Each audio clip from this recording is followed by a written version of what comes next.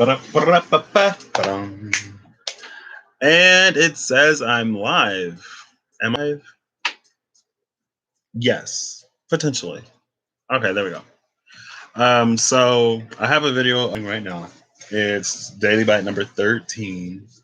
And it's the first part of this, and I had to take a food break. So, I took a food break, and I was like, I'm going to go live and finish the second part of it. And so that's what I'm doing now. And so I'm going to leave the first card a mystery. The 3 cards came out. The first card that came out was Utopia.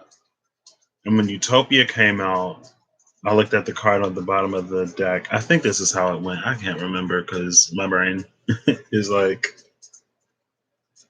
in work mode.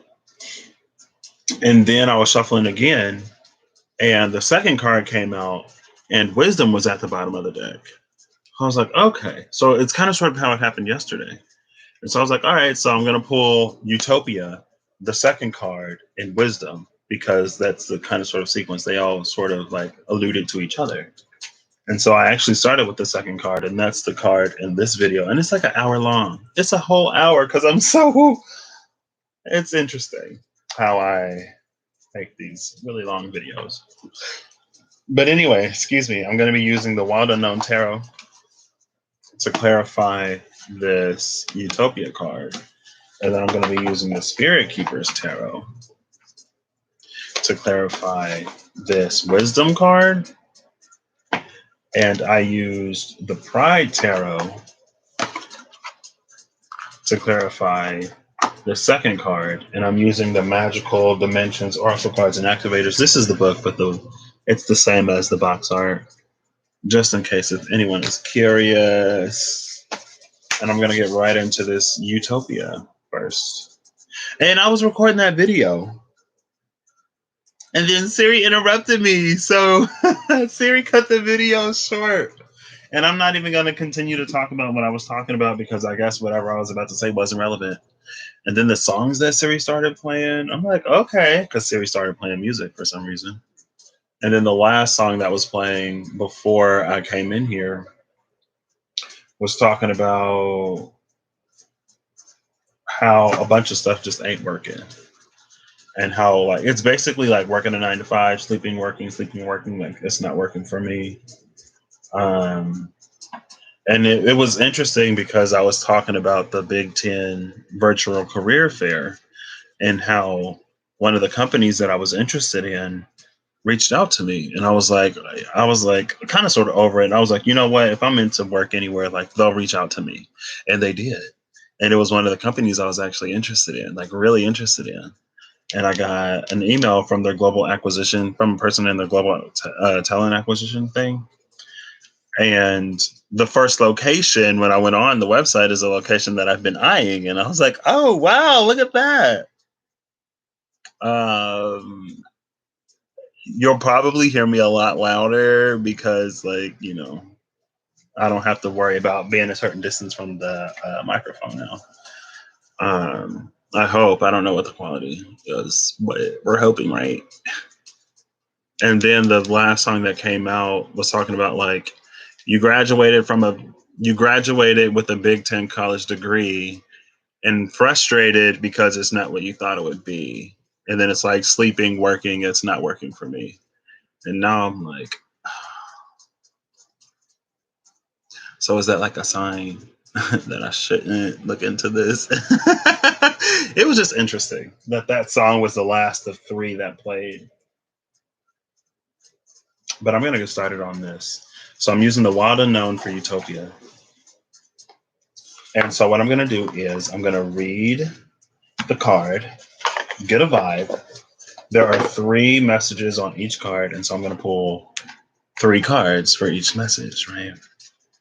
And it's going to tell its own little story, I guess. And, ooh, the Sun card and the 9 of Pentacles is at the top of the deck from the last time I used it. Bottom of the deck is the Father of Wands in reverse. I love that energy. Leo energy and the Sun upright, Leo energy and the Father of Wands in reverse. So, like, are you a good Leo or a bad Leo? Let me stop. But there's high vibe and low vibe to every energy, right? there's good and positive to everyone. And I think the sun is like the purest, one of the purest, or one of the more purer forms of that Leo energy. Oh, but look, now it's the lovers in reverse and that King of Wands in reverse at the cut. So maybe somebody was a bad Leo, but they've seen the light of day now and they want to be a good Leo, right? Like I said, there's high and there's low to every sign. Seven of Swords and the Ten of Cups at the cut. And I already rotated this side. So this is a deck that has reversals. I just want to clear this up a little bit. And then get right into this so this isn't hopefully unnecessarily long. So Utopia is number 43. It's number 43. Yeah, number 43. It says peace, serenity, and paradise. So for peace, I'm going to pull the Four of Swords. For serenity, I'm going to pull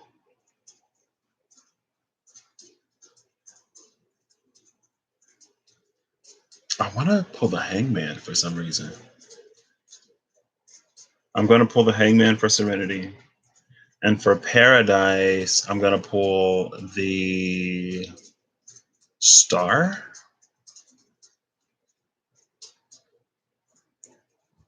Yeah, I'm going to pull the Star.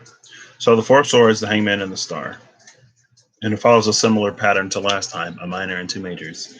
Okay, but first, before I do that, I'm going to read the entry for Utopia. Ooh, that's a pretty moon. That's a pretty moon. That moon is beautiful. Beautiful moon.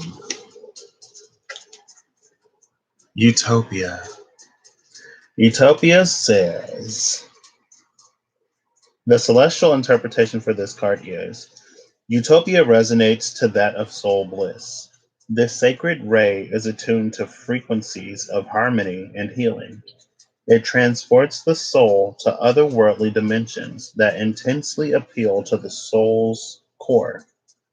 It blends all elements of ether, air, fire, water, ice, and earth together in a cohesive world of unlimited serenity. This expansive ray profoundly affects the soul's nostalgia to be transported to any unlimited paradise of perfect light and love. The oracle interpretation is give yourself a reprieve from chaos. Have you been experiencing a whirlwind of three-dimensional living? Now it's time to slow down and experience a peace. You may be finally recalling a past serenity dimensional, like what? A past serene dimensional lifetime, sorry, and be desiring to return to this place. The urge to travel or an opportunity for this may soon surface. A search for relocation to a more satisfying geographical location may be in order. The companion crystals are coral and azurite, and the companion essential oil is marjoram. I was gonna look at azurite. I was gonna look up and see what azurite does, but I forgot. And it like randomly popped into my head one night. I was like, azurite, what does that do? I think I was going to sleep or something. I was like playing a game or something. I was like, oh, I'm not gonna forget to do it when I'm free, and then I forgot. So I'm just gonna look it up really quick. And I have definitely been feeling the urge to move and relocate. And May 24 was my vacation date. So maybe I will take one of these jobs. They did say that they're still hiring. They said it may be delayed and stuff like that because, but shoot, like, I mean, maybe the cards are saying go for it, babe. Pursue your wildest dreams. Like, really? Like, yeah. I'm like, okay, bye. You ain't gotta tell me twice. I'm just playing. So now I'm reading the entry for Azurite before I shuffle up and pull the cards. Four of Swords, Hangman, and the Star. So here's a brief introduction, and this is the energymuse.com. I kind of like them, even though, I don't know much about crystal, so I will throw that out there. And expansive empowerment and wisdom. Azurite, the wizard. Expansion, empowerment, and wisdom. That is interesting. So I wasn't going to say anything, but I'm going to spoil it now. So the second card that came out was empowerment. So utopia, empowerment, and wisdom are the three oracle cards that I'm reading for today. And then Azrite the Wizard has two of those three: expansive, empowerment, and wisdom. Like, I don't know if y'all can see that where it says expansive, empowerment, and wisdom right there. Like, things have been coming in today, like high key. It's been quite a few of them. And so maybe this utopia is expansive then. This utopia would take the spot of expansive. And it came out in the same order. Expansive or utopia was first, then empowerment, and then wisdom. That is crazy.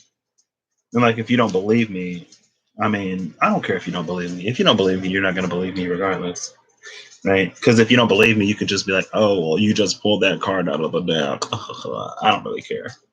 Miss out on the message if you want to. If it's for you, it might not be. A highly sought after crystal in the world of gemstones, azurite is known for its stunning blue color, which evolved over the millennia through reactions between copper, hydrogen carbonate, and oxygen. Azurite features deep contrasting shades of blue, which comes from its fusion with malachite, a closely related mineral that contains nearly the same chemistry. In crystal healing, azurite is a gem when it comes to enhancing creativity and inner wisdom because it cleanses and activates the third eye chakra. Hence, it's like deep blue color. To channel the healing properties of azurite, place it in your office or studio for a constant flow of its powerful energy. Because it stimulates creativity enhances intuition, the azurite stone is excellent for using as a study aid or during a work session in the studio. Before you begin work on a project, sit quietly with the stone for 20 minutes to benefit from its inspiring energy. Let me slow down a little bit.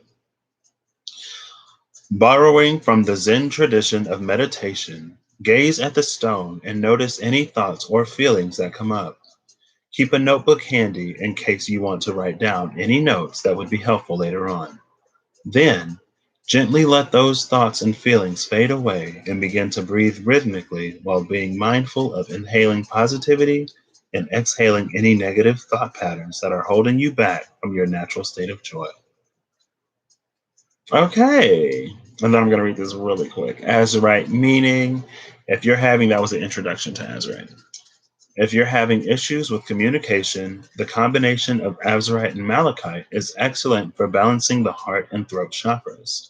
To channel azurite healing properties, create a sacred healing space free of clutter. Lying down in a comfortable position, place the stone on the throat or the top of the head and let its powerful healing energy soothe the area and give support to the voice. I tried to slip into my little like Taurus vocal cords a little bit, running Taurus on the background. It was interesting because I was listening to my dog bark. Because there are some times when he barks and it's like when he like really wants your attention, he like puts power behind his voice. And I was like, oh, that's interesting. How that work? And so sometimes I try to do it. I'm like, okay. I know it may sound silly, but I do a lot of silly things. I'm a silly person. Life is more fun when you're silly. That's how you get to the good stuff. You use a little bit of imagination. Okay, so the first card coming off is Mother of Cups in reverse. And I'm going to keep flipping, and I'm doing these in order. So the Four of Swords is going to be the first card I go for. And I'm trying to remember what the Four of Swords looks like in this deck. I honestly don't remember. Let's see. Ooh, Nine of Wands and Strength upright. That's interesting.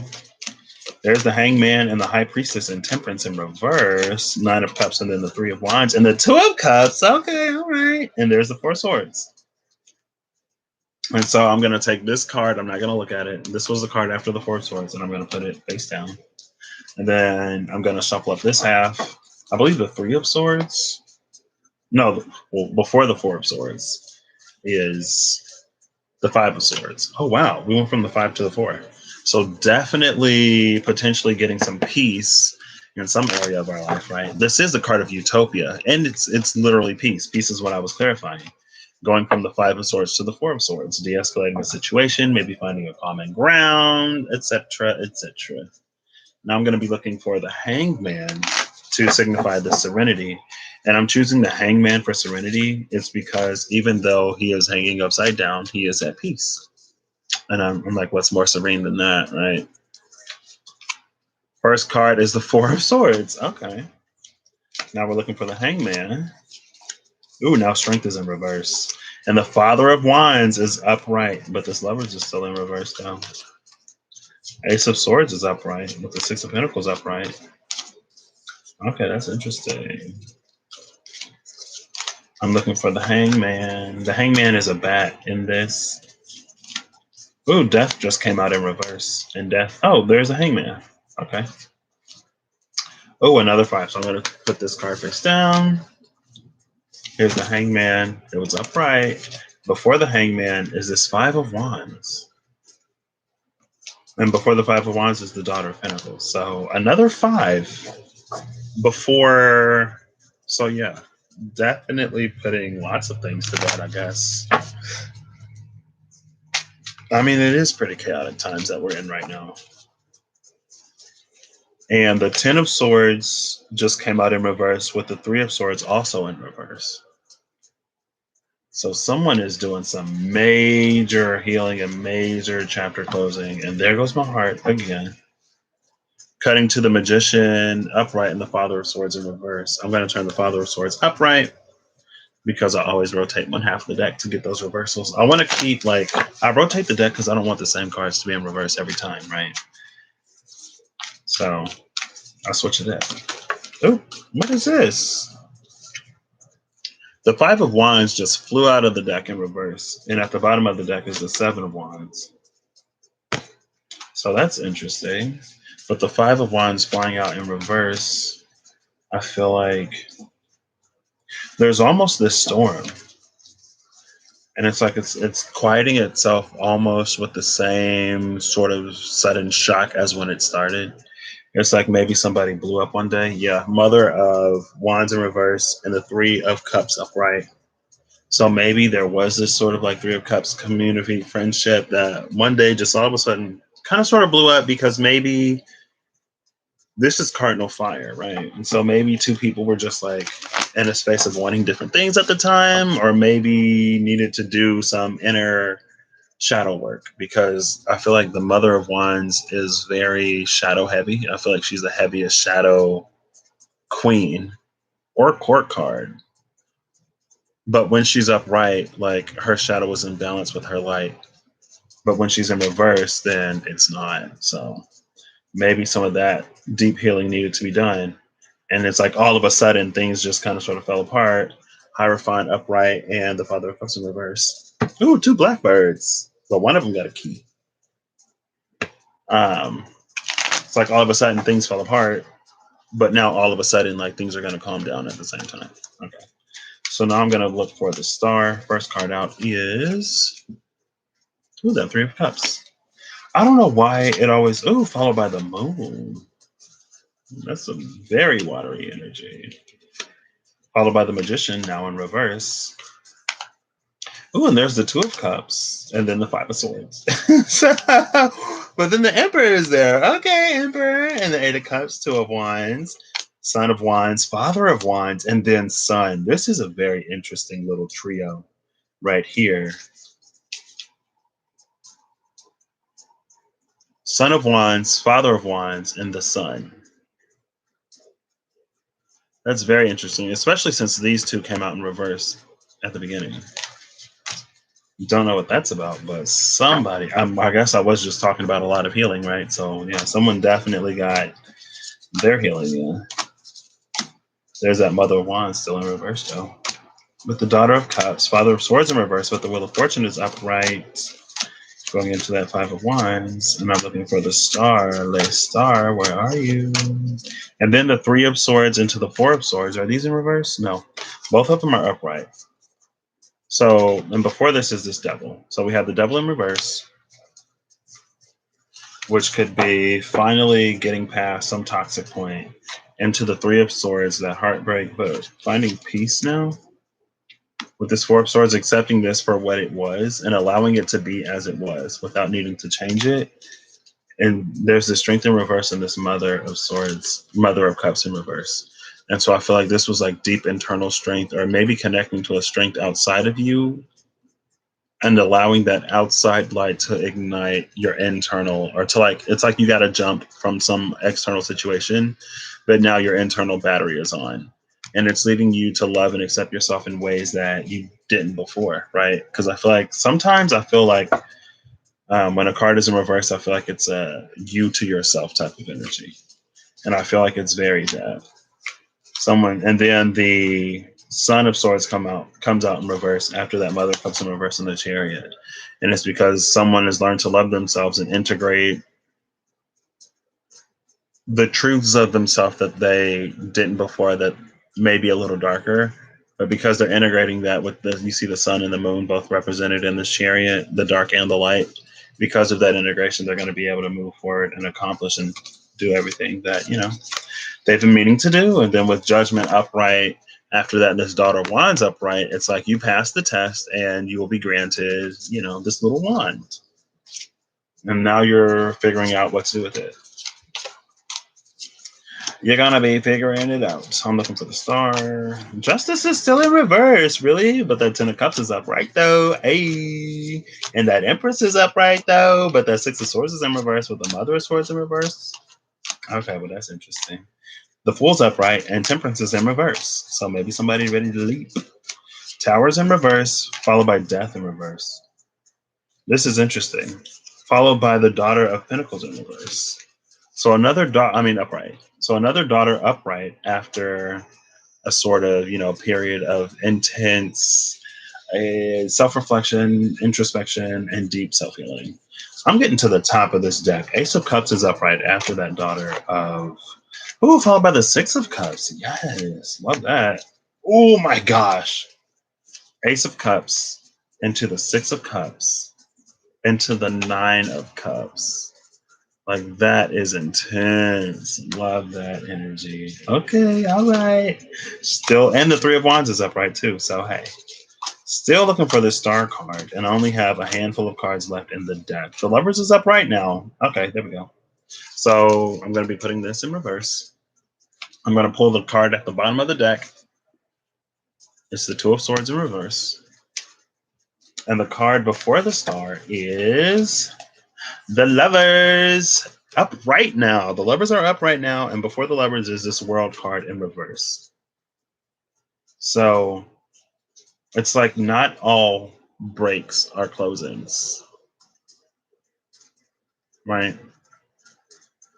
It's like if you're reading a book and you get to the bottom of the page, like you turn the next page and it resumes. Right? Or sometimes when you turn the next page, you hit a brand new chapter. But before the Star is this Lovers up right now. And the Lovers has been in reverse like this whole time. Like every time it came out in reverse, I noted it, right? Bottom of the deck is that Two of Swords in reverse. So when it comes to Utopia, I feel like someone is realizing the ways in which they have been playing into keeping themselves in chaotic situations, or they're realizing the ways in which their energy is sort of bringing these situations that they may not necessarily too much like. And not only that, it's like they're realizing that, yes, but also they're realizing that, like, the purpose behind why a lot of this stuff happened. Excuse me. Like, this happened and that happened to illustrate this to me and to show that to me and to get me to look at myself when it comes to this area, and to begin to get me to look at how I play into this. What can I learn from this? What unhealed trauma or what unhealed thing within me is being highlighted and triggered by the situation? Let me go in, let me heal that, so that I don't have to keep sort of doing that. And all of the healing that has been done in reaction to these triggers, or in reaction to anything, like with all the healing that's being done, we're reaching this place where we can create utopia around us. Like I said, like when I was saying, like the bubble of peace, right? Like there's the Zen aura bubble around you. And whenever a storm blows in, that bubble pops. But when the bubble pops, it erects this like zone of stillness that extends infinitely upward and infinitely below. And so within that zone, the eye of the storm is born. So no matter what comes your way, you're always in the eye of the storm, right? And then when the storm blows over, it's like the zone collapses and then your bubble isn't intact again, right? Very that vibe. But realizing how your thoughts, words, and actions contribute to keep you stuck in those situations that you don't like to be in, right? We are breaking the stalemate by recognizing, it's like by looking in the mirror and recognizing the flaws in ourselves, we correct them in ourselves so that they're no longer in the mirror, so then we can proceed, right? It's like you're being mirrored and you're trying to move. Like when you move right, they move to their left. When you move to your left, they move to their right, and you're always like in each other's face. And you're like, okay, so I'm gonna turn around and then I'm gonna like close my eyes and then just like fall back. But when it's weird how this just popped into my head because it's like as you're going back, you like hit a backflip or something. I don't know. Somehow you manage to get behind the mirror and then you turn around, open your eyes, and you proceed forward. Like you've tricked the mirror and now you can proceed, right? I don't know. Like, wait, what? That's weird. That's very acrobatic. Eight of Wands upright. Eight of Wands upright in this space of peace. And I feel like this is very that sort of thing I was talking about, right? Because you see the light extending upward. You see this light zone and this sea of darkness. And you can see these shadows trying to come in and touch that, but they never quite do. You see, they don't actually reach. There you go. Oh, wow, you can see it. They don't actually touch that. So even when you feel like the shadows are encroaching in upon you, it's like you're safe as long as you know that you are. And also, there's a peace that you can only get from, and I'm going to say in some ways because there are non-religious people who are still spiritual, who may not claim the title of spiritual, who may or may not, but they still have a sort of like spirituality about the way that they live their lives and progress and proceed through life. And so, oops, I feel like there's this just very like a trust in the divine that leads you to this sort of unshakable peace. And I feel like it's going to be really, really, really important for you to be able to be your own utopia. And then at the same time, to be able to, because there's a difference between like,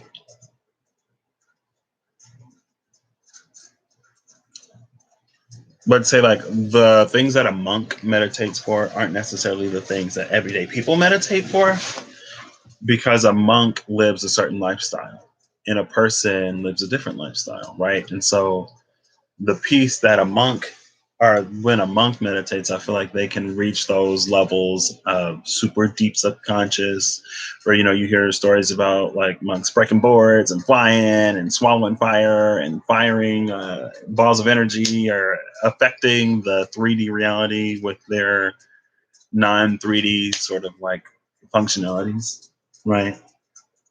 And it's like, cool, maybe you can do that when you don't have like, these stressors and when you're in the environment that's conducive to that. But if you're busy and you have a job where you work with all different kinds of people, right, then like the peace that you meditate for is to be able to retain, or what you meditate for is to be able to maintain your peace and maintain your zen and maintain your centeredness while you go out into unknown environments where you come across all kinds of energies, right? And so I feel like with this Eight of Wands, there's also sort of this call to be able to expand your piece to incorporate other people, but to incorporate other people again in a way where you see how close they get, but they don't quite touch it, right? And so it's like you can establish these deep connections while still maintaining your own piece. I love how this is sort of like, it'll rebalance in a second, but I love how that wasn't blurry. That's fine. I got these earrings from my friend, the friend I stayed with. I talked about him in the video, but he got them from India when he was there for me. He got me this pair, and then his girlfriend got me another pair. And I kind of like her pair a little better because they're fish hooks. And that was before, like, that was my first pair of fish hook earrings. And I was intimidated by fish hooks at first, but now I love fish hooks.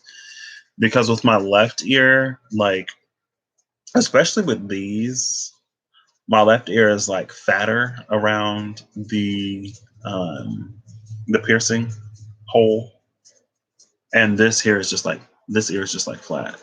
And so this ear will actually close up if I leave an earring out of it. It'll start to close up. This ear is fine, but this ear will like heal. And I'm like, why? Why? But with certain posts, it's like if I can't push the post far enough back, then like my ear will just like pop it off. But they have peacocks on them. And I was like, what are you trying to say about me? He's like, what are you talking about? That was a while ago. I never wear them, but I decided to put them on today because and I put on lotion today. Like, I don't go anywhere a lot of times. And like, it's like I'm not trying to waste lotion if I'm not going anywhere. And I know I'm not wasting lotion because, my skin still needs to be hydrated even if I'm not going anywhere. But I'm like, skin, you'll be all right. I use a hydrating sort of like body wash. So, High Priestess, when it comes to serenity. So the High Priestess, both of these cards are upright right now, and I love that.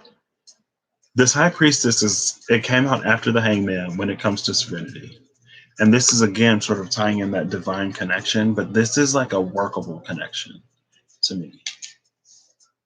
And this card makes me want to pull something extra. So I'm just going to pull something extra. What is this?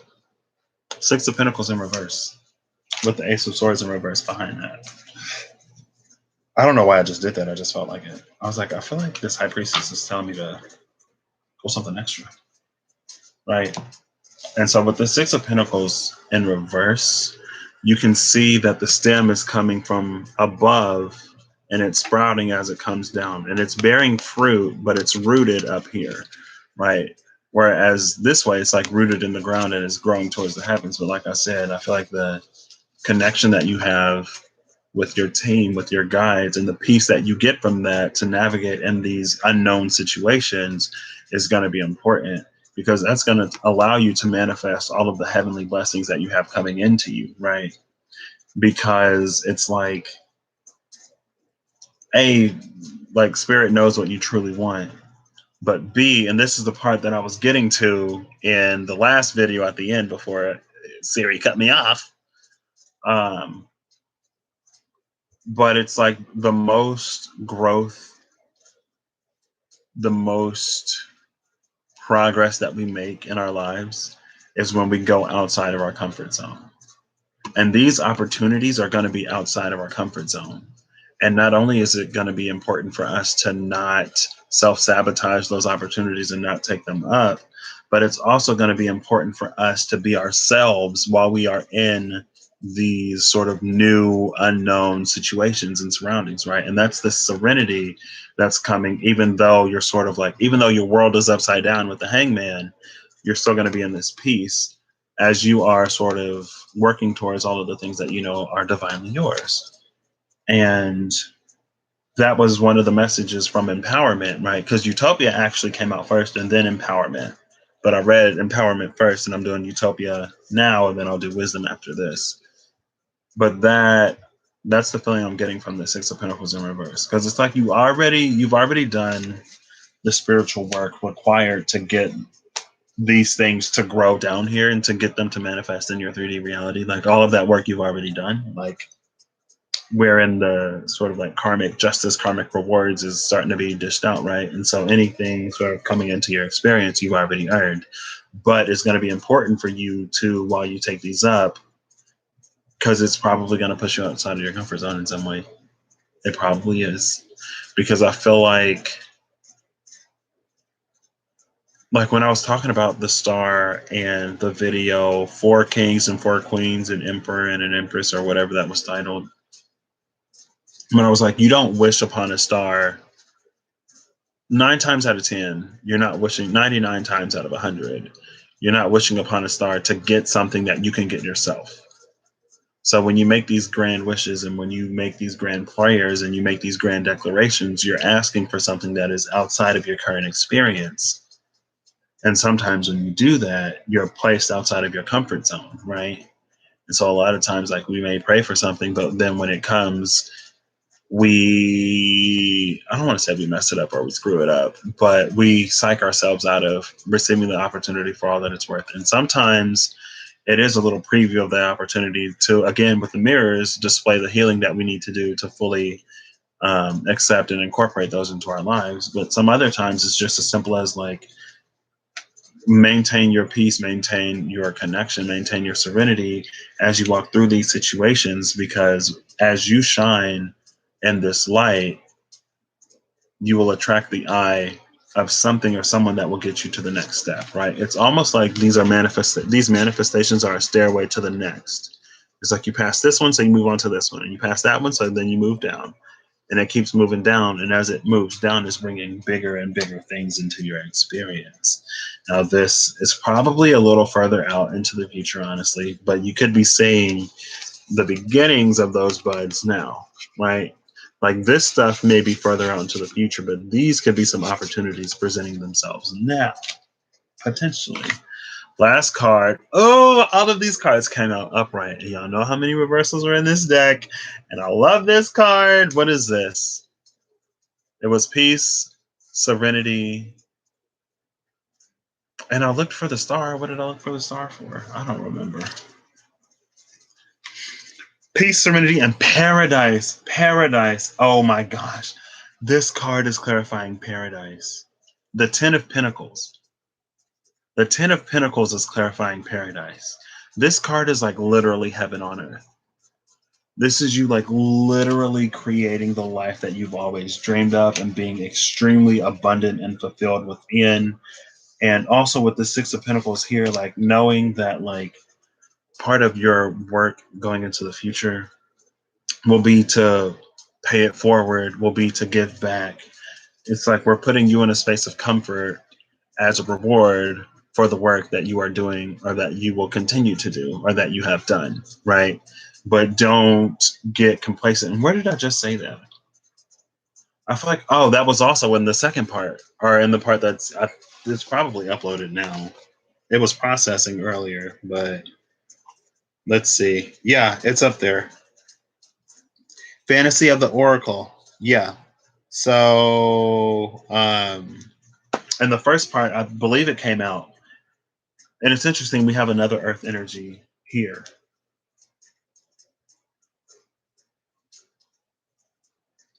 We have two earth energies in the sun. So, two earth energies and a fire energy. And now I have two earth energies and a fire energy, and also a water energy, because, you know, the high priestess came out with an earth energy and there's another earth energy.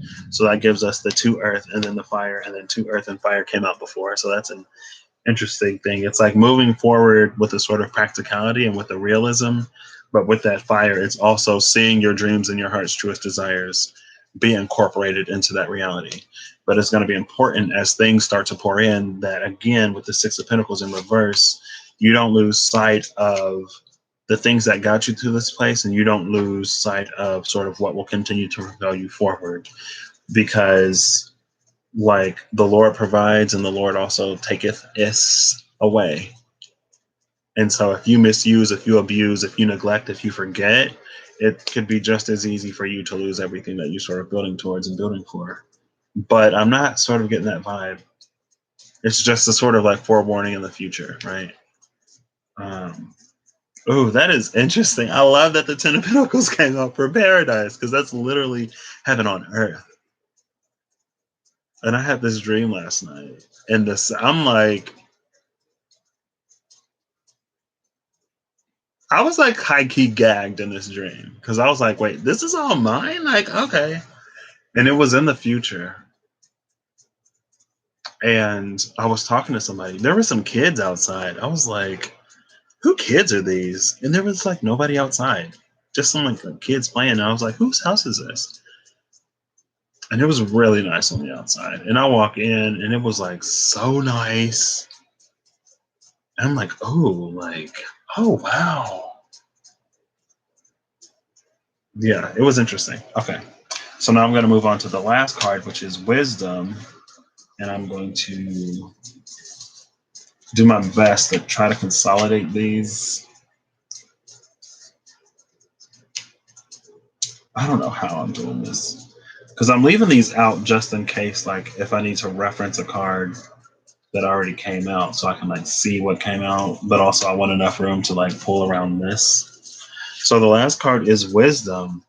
Wisdom is number 44. So we got 43 and 44. I just noticed that because 43 came out before 13, and then 44 came out. So my brain didn't gap that junction. 44 Wisdom. This is psychic, intuition, and truth. So psychic is psychic, intuition, and truth. Psychic is going to be the high priestess. Intuition is going to be the queen of cups. And then truth is going to be, I'm stuck in between justice and the ace of swords for truth. I could do both because 44 is a master number. And I'm going to be using the SKT for this deck, so I don't know if I necessarily want 4 cards because them go deep. They go deep. So deep. Okay. Left at the bottom now is this 6 of Wands in reverse. I feel like this is going to be a situation where victory isn't granted to us. Victory is going to be something that we earn. Because I feel like there's going to be this space, right? Because this is us putting ourselves in a space to maintain the serenity, this calm, and this peace, regardless of what happens. And so that's why I'm saying like victory is going to be something that we continue to work for. It's not going to be something granted to us because I don't feel like the outside world, like it will in some ways, but there's always going to be a force of opposition. But as long as we know that, like, I don't want to say we're above it because like we're not above people, but we are above situations, right? I can say that. I feel comfortable saying that. So it's like not necessarily a matter of like you being better than someone else or you being above someone else, but there are certain situations that you are better than and certain situations that you are above because it's like it's reaching up to get you, right? It's like you're reaching up to get me and then you're talking to me like I think I'm above you, but you're reaching up to get me. You know what I mean? Like you're putting yourself below me by trying to drag me down into this situation that you're in when you can also just elevate yourself because again no one is above or below anyone else. We all have the same access to the same spiritual crew. It may sort of differ and be varied amongst us, but we all have access to universal love energy, and we all have access to the ability to sort of like begin to do things to make ourselves better. And if you're not going to take that energy up on what it's offering you, then don't be upset at what it's offering someone else because it doesn't come easy, right? It's like people want to hate on people after they're successful, but then you don't want to hate on people when they're doing the hard work and when they're going like trudging through the muck. Then it's like, but I guess the hate comes in when it's like that person was down here with me or even below me, that person had it worse than me and they can do it. And then instead of like them accepting the sort of responsibility of them not elevating themselves out of that situation, they turn it around and be like, what did you do? How did you cheat? Like, this is impossible for you. You know what I mean? There's a whole bunch of stuff it could be. I'm not even getting into it because it's not my story, honestly. So I ain't always got to try to read into everybody's story, and I ain't always got to try to provide a perspective. Sometimes I could just say that's how people be, and leave it at that. Okay, this is an all upright deck, and it's super interesting that the 3 main clarifiers came out all upright in the deck, cutting to the conservator and the joyous one. Why are these both in reverse? I guess they're both in reverse. Oh, yeah, because I hold them like this. Because when I shuffle, they both go in the same orientation. All right, they're both upright. The conservator and the 10 of cups. And I said also in the video, there's a difference between being vulnerable and oversharing. So I think with the Joyce one and the Conservator, I think like, that's like, keep in mind what doesn't need to be shared, right? You don't necessarily have to share everything, but also at the same time be vulnerable. And I talked about that in that daily bite. Ooh, the Ace of Pentacles, the Ace of Orbs, and the Ten of Orbs, the Legacy and the Bread of Life. Yes, and the Ten of Pentacles is right here. Ace of Pentacles, it all starts now, babe. Like, now we begin to build. Now is the time to get into that Capricorn energy, especially since Pluto just went retrograde in Capricorn. So, whenever it comes to Capricorn energies, we may be getting it a little bit easier right now. So the time to, and I know we're still in this sort of like, a lot of places are still locked down or shut down, or we're still quarantining and we're still doing this, but there are some folks still hiring. There's some folks still like making moves. And I know that like there are certain people. Ooh, wow. Is that the angel and the sacred holy water, Ace of Cups and Temperance? Okay. All right.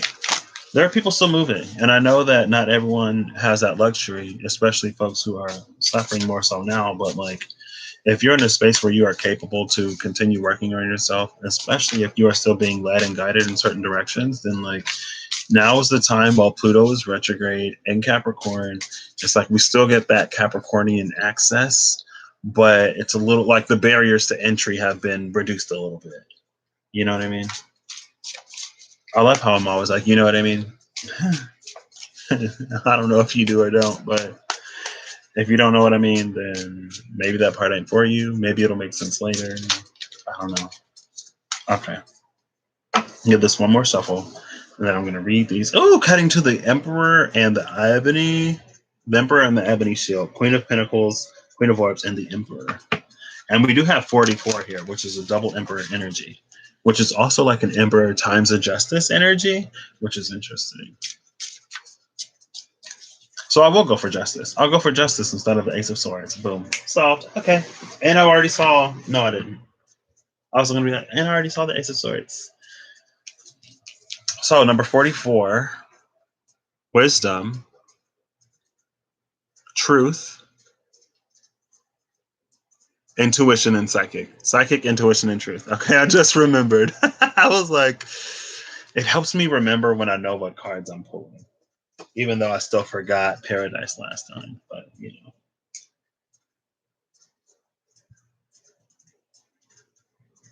I'm loving this energy, man. Oh, I'm loving these cards today. And I feel like this leads out from yesterday, where it's like, because yesterday was Enlightenment, Throat Portal, and no, Illumination, Throat Portal, and Enlightenment. Was that the last one? Unknown, Exploration. It was Illumination, Throat Portal, and Exploration. So Illumination into Exploration is all about the unknown, right? And the message yesterday was sort of like, be brave and step into that unknown and also speak your truth and see the truth behind the things of the past to integrate what it is that you need to integrate to enter the space that you're entering. And now we come out with utopia, empowerment, and wisdom. So now we are like really sort of feeling into that space in a way that's like practical and how we incorporate it and the things that are going to be important for us to keep as we sort of do that. So I am loving this energy. So yes, I love it. I see. I don't use these cards enough. There are so many decks that I have that I love, but I like rarely use, and this is like one of them. If not deck number one right now, because I started using some of the other ones more. So anyway, let me proceed. I'm actually going to pull these down here. So, well, let me get this somewhere I can read it. There's a like these pages are glossy, and so sometimes that makes it a little harder. Wisdom. This is a celestial interpretation. Wisdom resonates to that of divine psychic perception. It is attuned to the vibration of courage, courage again, and heavenly support for speaking one's truth. Throw portal again. Exalted and robust, This intense ray beckons the soul toward developing valuable alliances with a higher soul star and spiritual guides. Okay. It quells fears and doubts, releases anxieties from the entire chakratic. I've never seen the word chakratic system. I've never seen the word chakratic before. I don't know why that's so funny to me. Okay, I'm sorry. I'm sorry. I'm sorry. Oh, all right. It's not that funny, but I'm feeling like I'm vibing high. Leave me alone. Um, it it quells fears and doubts, releases anxieties from the entire chakratic system, and enhances psychic and intuitive abilities. The oracle interpretation is the wisdom you seek is within you. Unite with your powerful, this is what I'm talking about, unite with your powerful highest self, the purest frequency of you, and know thyself with a capital T. You have innate gifts of psychic intuition, but you must first cultivate and exercise your mastery. Your higher self contains the key to unlocking your gifts. It's full steam ahead, so don't hold yourself back.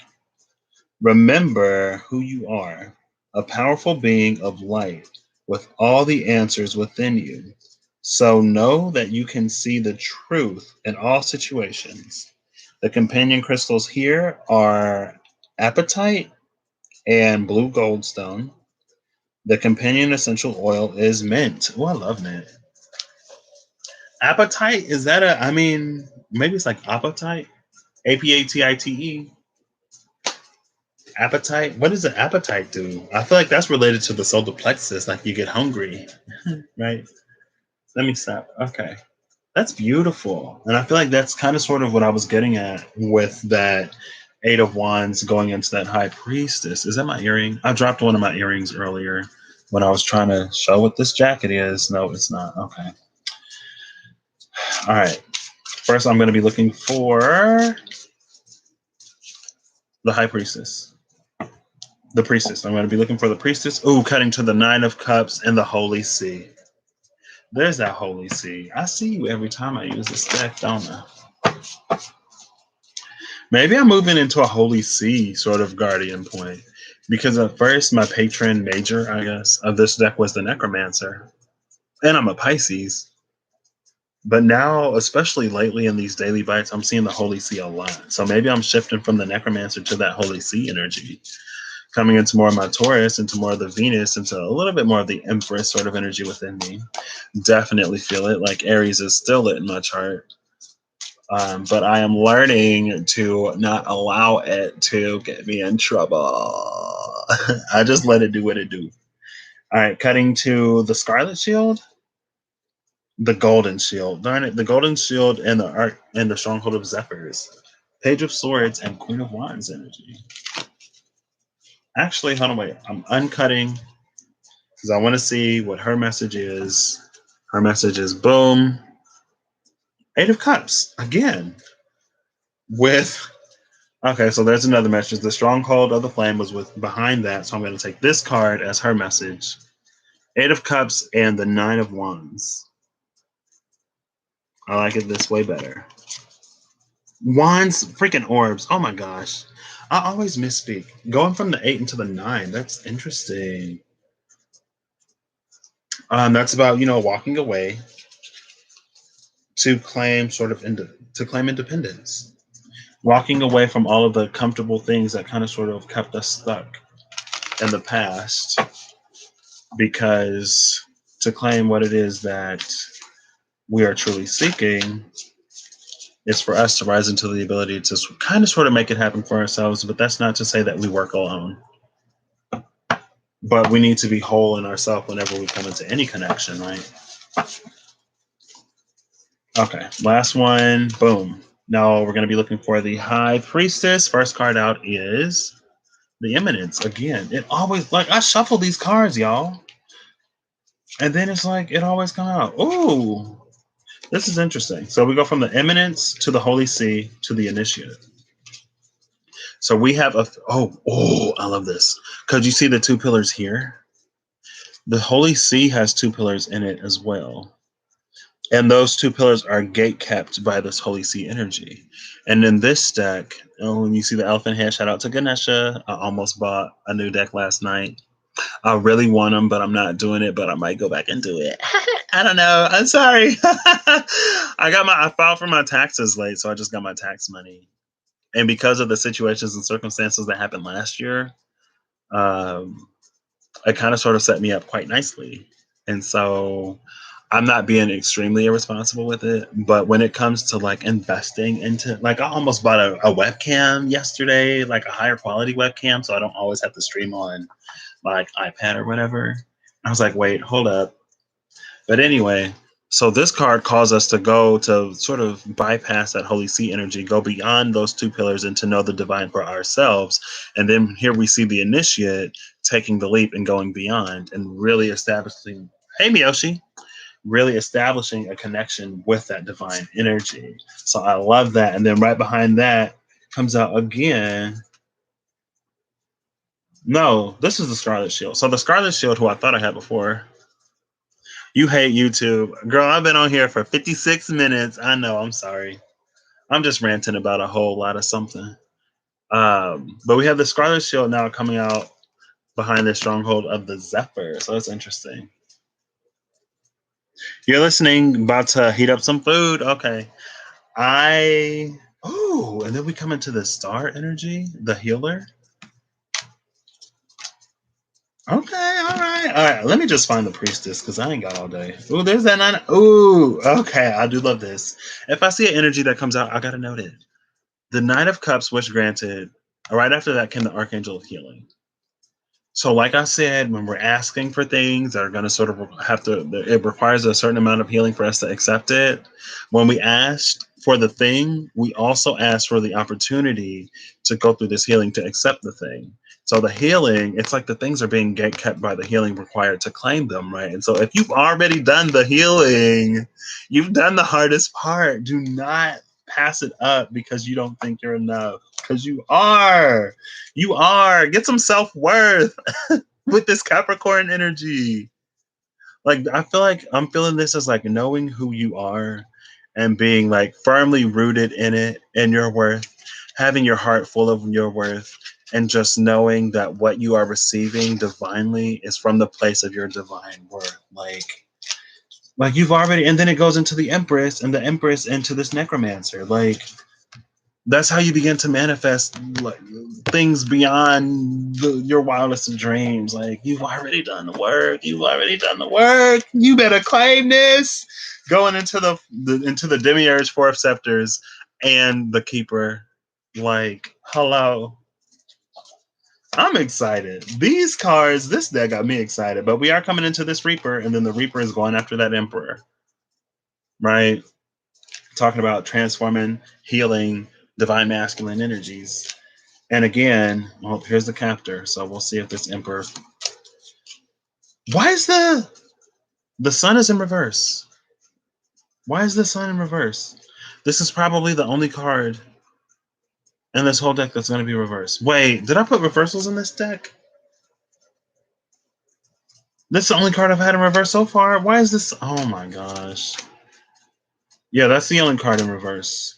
And then here's the priestess. So I found the priestess, and I'm going to take the card after the priestess. Haven't seen it yet, and I'm going to set it down. I don't know why the sun is in reverse. I already got the sun upright in the second card.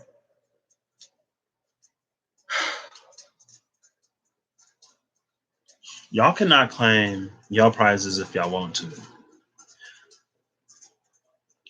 I'm claiming mine. Even if I'm scared, I'm going to keep walking. I'm going to just close my eyes and trust that the ground is beneath my feet and that it ain't no monsters nowhere.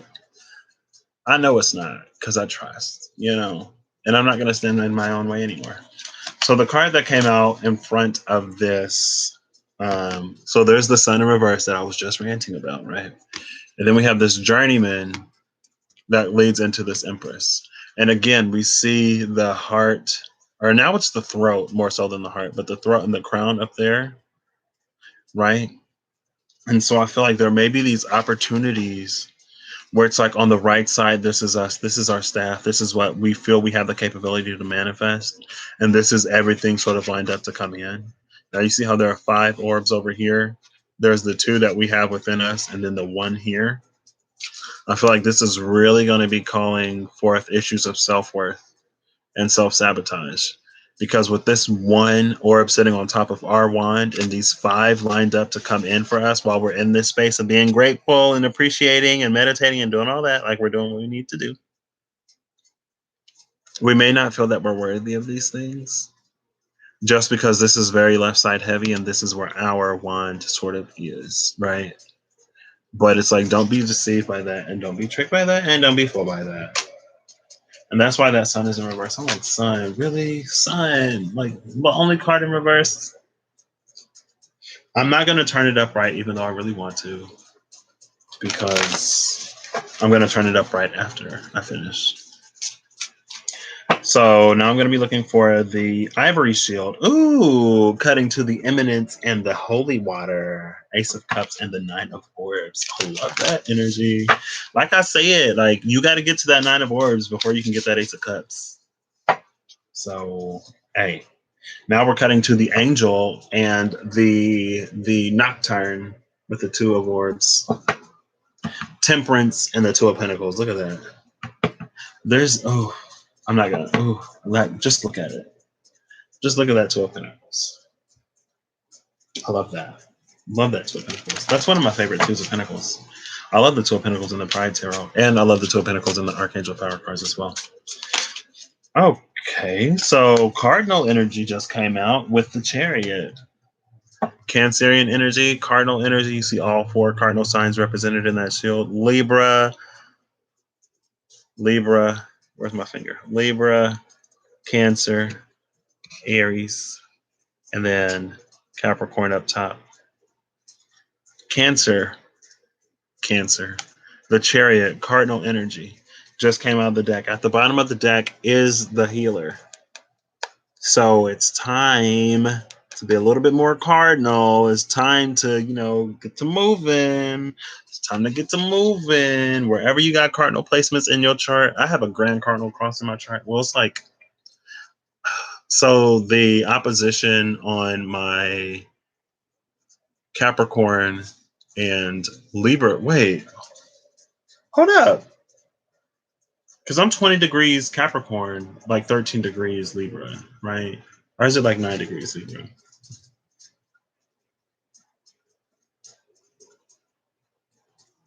Hold on, wait. Yeah. My Cancer Capricorn opposition is super loose. It's like 11 degrees. It's like 10 degrees. It's 11 degrees, so it's almost in that loose conjunction. And so it's not a true Grand Cardinal cross, but like it's there. I got a lot of cardinal energy in my chart. And we've just had all of those conjunctions happening in Capricorn. So if you have cardinal energy in your chart, it was either those Saturn, Pluto, and Jupiter Pluto conjunctions were either squaring you, opposing you, or conjuncting you. But it could have really been pushing you in this sort of area to, and now Pluto's in retrograde in Capricorn. And like I said, it's like those Capricorn barriers to entry are relaxed a little bit. So the time to get in on that good Capricornian cardinal energy, maybe now, potentially, I don't know. First card out is the Force Strength card. So it's time to bust down barriers. Looking for the Ivory Shield to clarify intuition. Looking for the Ivory Shield, the Queen of Cups. See? So we had this priestess, right? Out came the priestess after this. Okay, I'm going to go a little bit further back. We have this Holy See energy, right? And the last time the Holy See came out, the initiate came out behind it. And that's all about going beyond the pillars of what is sort of structural, institutional spirituality / religion and finding a more personal connection yourself. And with that initiate, you proceeded beyond those pillars to claim your cup, your holy grail, to claim your holy grail. And then this this holy water came out, the Ace of Cups, beyond that holy sea, like connection. And then into this High Priestess. And I was like, okay, like intuition gonna be lit as a candle. And then we go from the Dynasty 10 of Pentacles into the Joyous One 10 of Cups. And I was like, oh, what? The 10 of Pentacles and the 10 of Cups are together? But immediately behind that is this Vagabond. So again, like, are you going to stay out in the cold or are you going to claim this? It's up to you. Oh, wow. Oh, wow. So we go from the Vagabond being out in the cold to no, this isn't the Conservator. What is this? The Concealing. No, Convalescent. The Convalescent. We go from the Vagabond 5 of Orbs to the Convalescent 4 of Swords. So somebody's like, you know what? I've been out in the cold so long. I'm just used to the cold. I'm used to the cold. And then we go from that into this 10 of Swords, the Destroyer. So, man.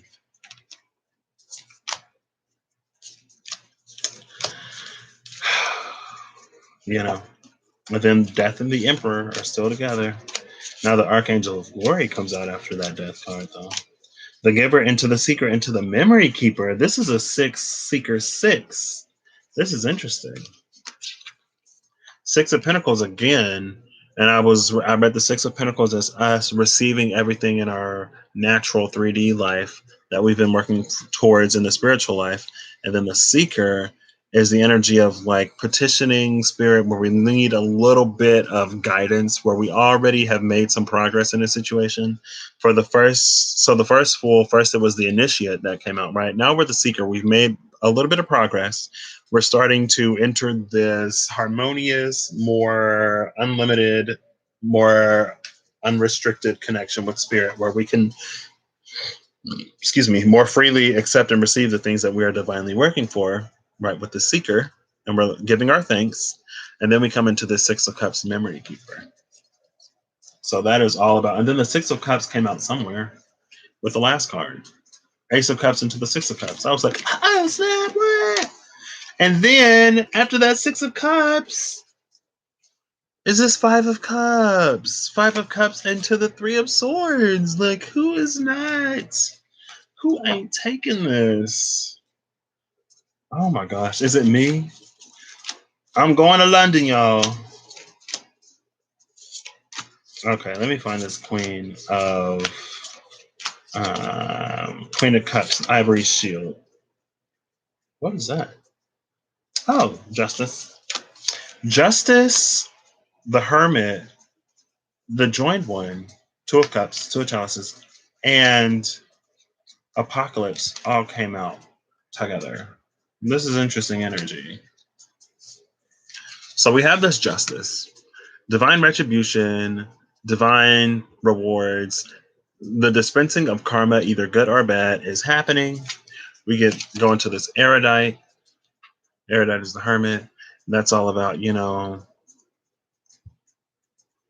us accepting whatever this truth that justice is. Maybe I am going to go for the Ace of Swords instead of this Justice card for truth. I'll think about it. But then we go into this Hermit sort of energy where we're really overthinking it. Coming into this 2 of Cups, the Joined One, and then this Apocalypse. Like, these are both a 2, right? Justice is a 2. Oh my gosh. 11, 20, and 2. And then we have this 8 sort of in between. So it could be 2, 4, 6, and then 8, because 8 is 4 2s, right? 222 may be a number that you're seeing. Let me stop. 2 viewers right now. Is that a call? I'm sorry. Let me stop. It's just, I'm over this. I'm so over this. I'm just like, this whole like not claiming what it is that we've been working so hard for. And then here comes the Ivory Shield, Queen of Cups. And so that whole little 4 card before her is this Apocalypse. Everything is changing, but it's not always for the better. But some people just cannot. And again, the Chariot is at the bottom of the deck now. On top of that, Temperance. Like, it's your life. You're going to make the choices that you make. There's no need for me to get frustrated or upset, right? It's like I'm getting frustrated for you because you two in your head, like, you're going to be frustrated and upset after you let these opportunities pass you by. Allow me to be frustrated and upset before you let them go.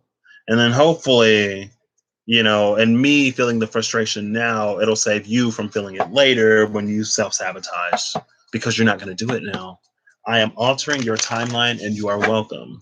I don't do that for everybody. I don't even do it for myself, but I don't think I can do it for myself. Or when I do it for myself, I don't know that I'm doing it for myself. Cutting to the Keeper and that Queen of Cups. Keeper says it's legit. I am altering your timeline. Take it. Don't pass it up. I already felt the frustration for you. So you don't have to feel it when you miss out. Now you get to just feel the joy of taking it and allowing your life to change. You're welcome. You don't have to thank me, but if you want to stop by my Cash App, the information is in the description box below the video. Let me stop. Sun in reverse still. I'm going to flip the sun up right now. Oh, wait. Yeah, it is in reverse with the shining quarry upright. All right. Boom. Oh, and the sun is sitting on top of the Magician. Okay. Oh, wait, y'all see that? Sun is sitting on top of the Magus. So you're welcome.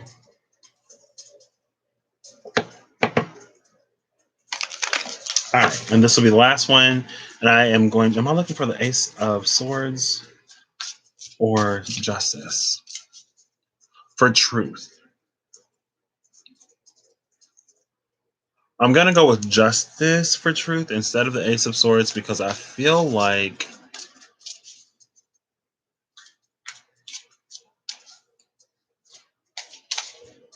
hold up. I'm just going to do both like I originally said I was because I don't know which one to take. So I'm just going to go both. All right, so I'll give this one shuffle. We're going to look for the card behind Justice and the card behind the Ace of Swords, the Archangel of Mysteries and the Seeker at the Cut, the angel who illuminates the shadow, the angel who transcends all liminal boundaries and barriers, who walks between all realms and dimensions, who helps the souls that are lost, and who brings things from the realm of the unseen into the seen. With that seeker, someone may have been seeking some illumination or some deep healing.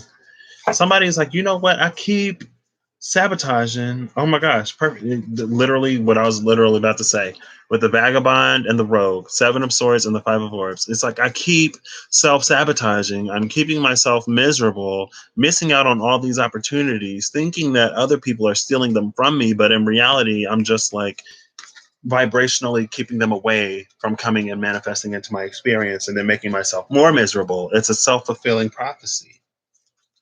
It's time to bust that up. And then here's the Outlaw and the Joined One. The Hangman and the Two of Cups, Two of Chalices.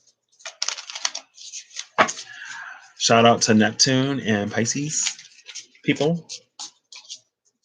I was going to be like, this video is for Pisces, Sun, Moon, Rising, and Venus. Also Mars, Mercury, Saturn, Saturn, Uranus, Jupiter, Neptune, and Pluto. First, second, third, fourth, fifth, sixth, seventh, eighth, ninth, 10th, or 11th, 12th house. So if you have Pisces anywhere in your chart, this video is for you. So basically everybody. Potentially. If it resonates, it's for you. If it doesn't resonate, it ain't. It's that simple. Okay, so the Queen of Cups is telling me to shut up. Oh, now the Ivory Shield is coming out with the Initiate. So I've been seeing the Seeker a lot, but now we're going back to the Initiate. It's a journey and we're all in different places, right? So, okay. I'm going to look for the Ace of Swords, Sacred Cinnabar, and I'm going to look for Justice. First card out is the Angel. Okay, Temperance, come through. Ooh, the Angel into Apocalypse into the Holy See. This is interesting. Angel, Apocalypse, Holy See.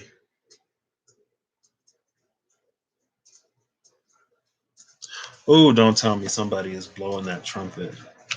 The Messiah is returning, and you better hope them churches is right. Excuse me. Ooh, he'll be like, I don't know you. And you'd be like, wait, what you mean you don't know me? Like, shoot. Hey, so the Force into the Sun, into the Scarlet Shield, into the Golden Shield. Man, why do I keep confusing those? Archangel of Healing into the Burdened One, release into the Sacred Fire.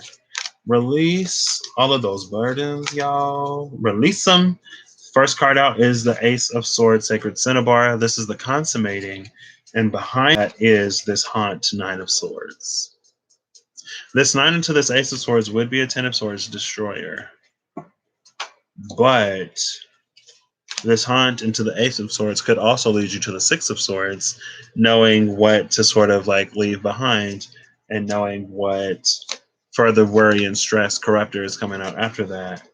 Knowing what further worry and stress would sort of just like keep you in that space. It's like knowing what to let go and knowing what to keep. Ooh, look, and then there's the Tower into the Initiate. And the Tower into the Initiate is coming after the Stronghold of the Zephyrs.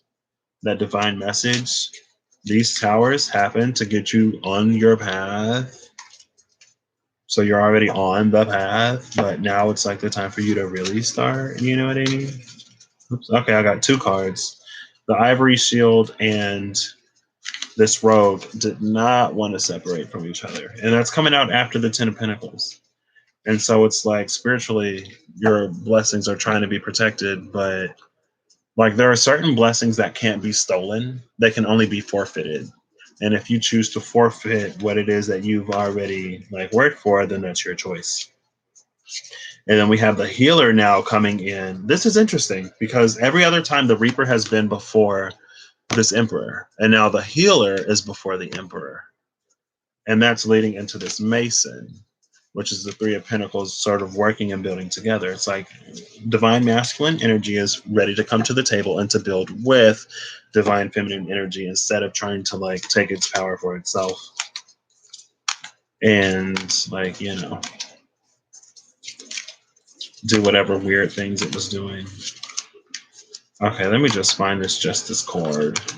Where's the Chancellor? Asking for the Chancellor. Paging the... Ooh! 6 of Pentacles into the Wheel of Fortune into the 2 of Pentacles. So, don't be stingy when that blessing starts to come in. Into the Empress. Yeah. Into the Necromancer.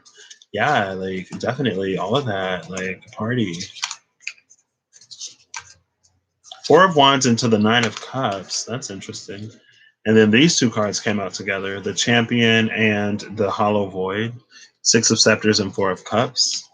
I feel like a hollow victory is one where you win, but you don't have anyone to share it with. Right? And I feel like there are some people who manifest a very, very, very lonely success because they're so skeptical and critical and paranoid about other people. And then that'll keep them chained and bound into other things. It's the hollow void, right? Hold up, hold up, hold up. Rewind. Rewind. Wow, I really did that. Okay, that was the keeper into the hollow void. And I said that was the champion because the champion just came out after this devil. And I was like, wait, I just said the champion. So that was the keeper and the hollow void coming out with this devil and the champion. Like the devil will win if your heart is empty, right?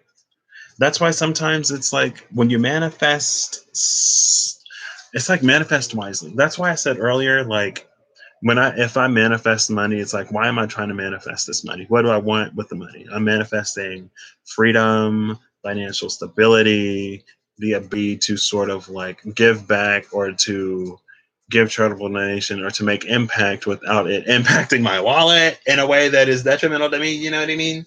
It's like manifesting beyond what you're manifesting, right? Like, why just manifest a person? Like, what type of relationship are you sort of looking for? Because you can get anybody, right?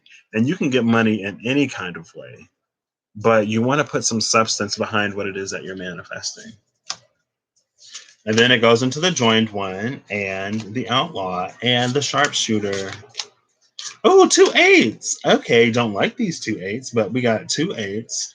Eight of swords, or the eight of wands, eight of scepters, sharpshooter into the eight of swords captor, going into the six of swords, ferryman. So definitely, it's like someone. Oh, and then finally, here's the justice card. Okay, so I will finish that, and I'm going to put this card down on the table. And so it's like with this ferryman coming after the eight of wands and the eight of swords, it's like someone has been. It's like a get out of jail free card that someone's kind of sort of been sitting on, but it's not a get out of jail free card. It's like a get out of jail with a significant amount of healing and processing your past card. And it's like, wow, I'd rather stay locked up, is what some people are saying. Like, instead of doing all of that hard healing work, I'd rather just stay in jail. But the ferryman is coming. Like, the ferryman does all the work. Like, you just got to sit in the boat. Like, especially in this deck, like, the ferryman is holding universal Mercury. The ferryman knows the path. The ferryman knows the way. It knows the twists, the turns, the ins, the outs, and he will take you where you're going. You just got to get on the boat, but you got to have the fare to get on the boat. That's why Roman times they would bury people with like a silver coin under their tongue or on their eyelids or something like that, so that when their spirit went to the river Styx and met Charon, not Chiron, but Charon, they'd be able to pay their fare for safe passage across the river Styx, right? And then comes out this justice card, and that's what we were looking for. Bottom of the deck is the stronghold of the Grail. So I am going to randomly pull her message, and it will be this one. The defector, Eight of Cups. Of course, it's the Eight of Cups. What else would it be? But her cup plus this Eight of Cups is the Nine of Cups. And so not only are you getting everything you want, but you're going to be sort of liberated from these situations that are like, I feel like there's a semi-toxic comfortability here with this Eight of Cups, but it doesn't necessarily have to be. But you are being drawn out of your comfort zone. And then we have the Ten of Swords Destroyer on the bottom after that. Why do I always say we when it's just me? We have this card. We have that card. Well, maybe it's for all the folks watching, you know? That's what we have in the energy that's being highlighted wrong. Okay, let's get to work. Let's get into reading. And these will be the last four cards I read, and then I'm going to shut this down. So this is the wisdom. In the space of wisdom, ultimately at the end of the day, it's like, I feel like this stronghold of the Zephyr is telling us, stronghold of the Grail is telling us that to be on this spiritual journey and to follow your intuition as it takes you into these spaces of heavy healing, know that there is a reason behind it. And part of that reason could be like in the healing that you do, you then shine in a way that attracts folks who need kind of sort of that same healing or that same brand of healing. And it's for you to be a guide to those people as well, right? I'm almost getting the energy of like a pastor at his church, sort of leading by example, right? And it's super easy for some folks to get up and preach and not live the life that they're preaching, because at the end of the day, it's like they're preaching the word of God. They're not necessarily preaching their own lives, and they're human just like we're human. So they're going to make mistakes and backslide just like we make mistakes and backslide. But what we're listening to is the word. And so in some ways, the pastor don't necessarily have to be an example. It's kind of sort of just his job to deliver the word, right? But you walking the talk. This is the energy of walking the talk, right? And you may just be walking right now before you even start talking. But that's what this cup sort of is. And it's a guided process. It's a very sacred process. It's a very sacred pilgrimage. And it's one of the most important things that we do. And it's one of the most sacred things that we do. And it's one of the most intimate and personal things that we do as well. And with this being in the space of connecting with your highest self, I think this is what's really going to get you there. Because like to connect to your highest self, there's a certain vibrational frequency that you kind of sort of have to be at to really hear the voice of your higher self, and then to be in alignment with the actions that your higher self would have you take. because sometimes that's going to take you outside of your comfort zone. And this, I said, like a toxic comfort zone, it doesn't necessarily have to be toxic. I mean, the toxicity of it is just that it may be keeping you so complacent that you don't move, right? So it doesn't necessarily have to be bad, but like if you're not moving in the ways that you need to be moving, they're not great for your progression. But so for the first card where we have psychic behind the high priestess, or the priestess is this the burdened one? Oh, no, it's not. It's the politic, the three of wands. The politic is the energy of prophecy, right? It's three magi coming together with their wands to get a message from the gods about sort of what to do, right? The three of wands is the energy of waiting for your ships to come in. The three of wands is that energy of like, you've done all of this. Now you get to sit back and wait for the rest to come in. It's like the boat is going to bring you that last one, and then you can have your four of wands celebration. Like, woo, right? But with this politic, I feel like there's almost sort of like this clash here. And it's like you are sort of round tabling with all of the different aspects of who you are, higher and lower. And you're sort of just like dishing out sort of who does what and how it works and when we listen to you and when we don't listen to you. And like, it's like we're rebalancing an internal power structure, right? And in that rebalance, like this is clarifying psychic. So in that rebalancing, it's like it enables us to get deeper into our gifts because there are certain gifts that we only unlock after we sort of progress to a certain point, right? And so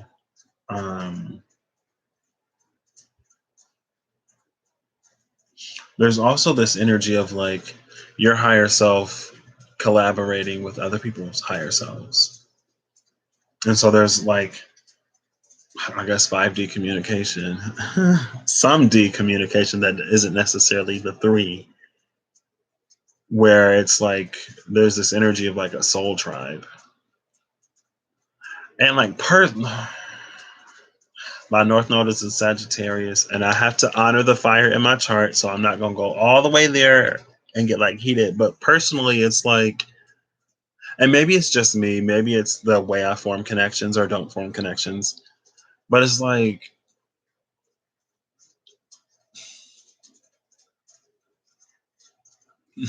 I'm just gonna leave it alone. I'm just gonna leave it alone. This is an element of collaboration, divine collaboration, and maybe not so divine collaboration. This is like the board meeting where you sat down. Oh gosh, what card just fell on the floor? Stuff need to quit falling on the floor. Where did my phone go? I can't even say it. Wait, I can still say, "Hey Siri." It's right here. Okay. Where is that card? Where did my earring go? That's what I want to know. Where did my earring go? Okay, here's the card. And it's still face down. I don't know if it's going to be upright or in reverse now. And I don't know if that was the third card, the last card, or the second card. I'm assuming it's in these last two. But with that politic, that's almost the energy of like the board meeting before you decided to reincarnate down here. So it's like, okay, welcome everybody. This is a soulmate sort of meeting. So, you know, all the people that I've had interactions with in the past or in past lives, all the people I vibe with, like, welcome to the party. And they're all kind of sort of like mingling. And they're like, okay, so let's start with the karmics. Who's going to be a karmic in this lifetime? And then you get two people who raise their hands, like, you know what? I never like you. We never get along. We never see eye to eye. Every time we run into each other when we down there, we just always butt heads. So if you need a karmic, girl, I got you. I will take that role gratefully, graciously, and I will fulfill it. And you're like, okay, cool. Got you down on the list of karmics. And you're like, man, our karmic ties run so deep, though. I might think this is something else. Oh, well, I just got to figure it out when I get down there. Okay, I got you on the list. And then you're looking for like the good soulmates. And you're like, okay, I'm gonna be hitting these like rough points in my life because you know they say it's rough down there. And so I need someone who can like really inspire me, who gets me on a certain level, and who can elevate me and lift me up, who can really be a trigger for some healing. Yeah, we going back to the boardroom. It's like I need somebody who can really be like a trigger for some deep healing. And then you get your guides, like, but you're like your incarnate guides, the people who offer you wisdom, the people who you just sort of naturally flock to, that you innately trust, knowing and trusting in that wisdom, and that they're not going to misuse that trust. And then you get those people who come in. You get your mentors, and your mentors get on the list, and then you basically fill down the list, right? I feel like this is that boardroom meeting when it comes to psychic. And so there are certain sort of like, not power struggle, but there are certain dynamics that are sort of, because whenever you walk away, like with this journeyman, no, with the defector, Eight of Cups, the journeyman is the Eight of Orbs, by the way. Wait, I saw the Eight of Wands, the Eight of Scepters, and the Eight of Swords. The sharpshooter and the captor came out together. And then here is the Eight of Cups. So where is that Eight of Orbs? I'm almost curious. I might pull for it if this isn't 2 hours long by the time I'm finished. Um, but it's like when you walk away from something, you're walking towards something else. And what you're walking towards is this moon with this magical little symbol in it. And so as you are stepping outside of your comfort zone, you are claiming more of your power, right? And so these are the people who you boardroomed with to sort of get to that sort of power. But to get to that power, it's like great power. With great power comes great responsibility, but also with great power comes great sacrifice. And so it has to mean something for you to walk away from this, to claim something of worth and to claim something of value, right? And a lot of times our power comes with a certain level of trust that we have in our connection with the divine. And it also comes with a certain level of self love, and how those two sort of play together and how they mingle to lead out into, whatever this psychic thing is. Now, in the space of intuition, there is the Archangel Commander, King of Swords energy. Oof, somebody's going to be clearing everything. This is the Angel of Storms and Battles. Clear everything. Oh my gosh. Okay, well, somebody intuition may be on point.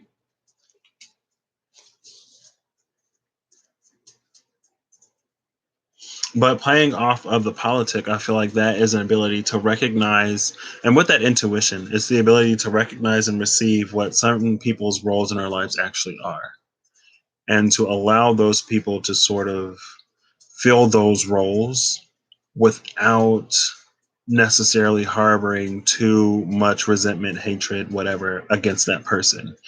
Because we have 8 cups here, right? We're walking away from a lot of things. And some of the things, like, not only are you walking away from people and situations, but you're also walking away from the baggage that you carry from those people and situations. Baggage could be anxieties and ways that you negatively self talk yourself because of what they convinced you of. But it could also be like the hatred, the fear, like all of the stuff that you have attached to them as a result. It's like also leaving that behind as well. And so with this Angel of Storms and Battles, Archangel Commander, my dude Michael himself. And look, he's got the sword. The sword is the truth. Perfect segue into that truth. Being able to intuit the truth. And that's what this card said, right? It was like, once your abilities get to, it says something about being able to see the truth in all situations. I'm going to look it up real quick. It was like the last line. Whose line is it anyway? It's mine. Can you get off of it, please? Thank you. Your higher self contains the key to unlocking your gifts. It's full steam ahead, so don't hold yourself back. Remember who you are, a powerful being of light with all the answers within you. So know that you can see the truth in all situations. So I guess that's the space of this being the higher self. The embodiment of the higher self, that higher self integration, coming in with that intuition, right? And it's an interesting, I kind of sort of only do things the way that I do things, but there's a very interesting sort of difference in between, like, being in communion with your higher self and communication with your higher self and using your higher perspective to get information, and being in the space of the collective and sort of channeling that information from the collective, or channeling the information from a guide that can get that information from the collective. Or it's like you have this guide who then talks to that guide who, and then it's like this chain all the way up to get somewhere where it all funnels through and then down to you. But like, depending on how, I don't want to say depending on how high your higher self is, but it's like depending on your level of connection, when you can tap into the deeper essences of your own soul truth, where you can sort of know where your own soul spark originates within the initial expanse and initial expulsion of that sort of consciousness, then it's like, kind of sort of what you have to channel for and what you don't have to channel for, I guess. Like, you can be able to feel the differences in like where stuff is coming from. I don't know what I'm trying to say. Your higher self is powerful. And there are things that you can sort of do when you integrate with your higher self within yourself that you don't necessarily have to reach so far outside for, right? So let's say like you achieve a certain level of communication with your higher self and you're looking for a sign, you don't know if you should do this or do that, then it's like you don't need such big synchronicities. You don't need to really do a lot of things to sort of like enter that area of communication when you have that line of communication just open, right? And then it's like you just like, hey, like, what's going on? What should I do? And then like you just know. But again, there are like varying levels and varying degrees to that. But this is the space of the higher self. Because your higher self is the one that sat in the boardroom, right? It's not like your 3D self. And maybe that's one area of sort of disconnect when some people talk about like how we've made all of the decisions that we're going to make for our life before we came down here. Like we decided who we're going to be born to, what our experience is going to be like, and what people we come across. Like your 3D self didn't make those decisions. You made those decisions from a space of higher consciousness. But from a space of higher consciousness, there's the inherent truth behind everything that you know, right? And so when you come across someone who brings a lot of friction into your life, you know the direction that they're pushing you and propelling you into, and you know the areas of healing that they're highlighting and illuminating to get you closer to where it is that you ultimately need to go. The higher self knows that, but your 3D self doesn't. And so if you only have a certain lens, you're only going to see it as like, this person is bad.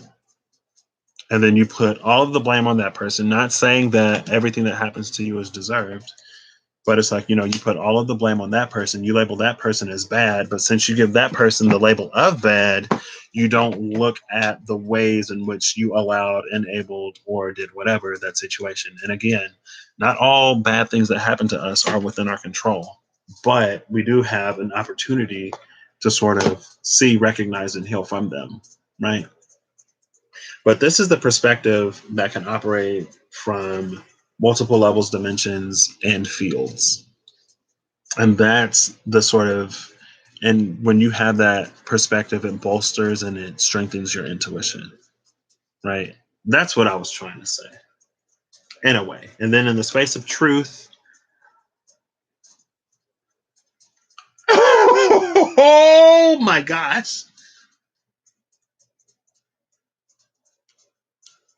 the erudite and the high priestess. The erudite and the priestess, the hermit and the high priestess, both eyes of God. Oh my gosh. They're both here in the energy of the truth. Imagine if I only would have pulled one of these.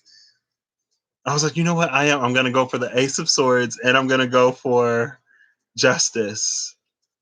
And the priestess and the erudite came out.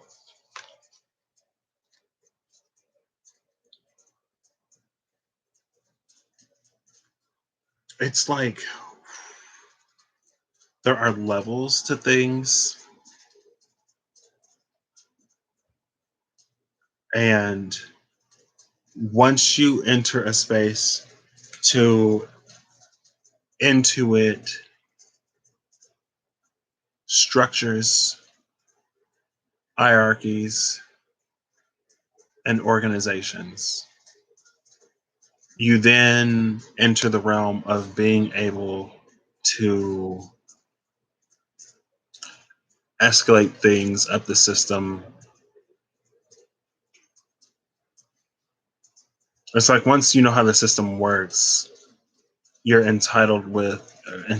you're granted a certain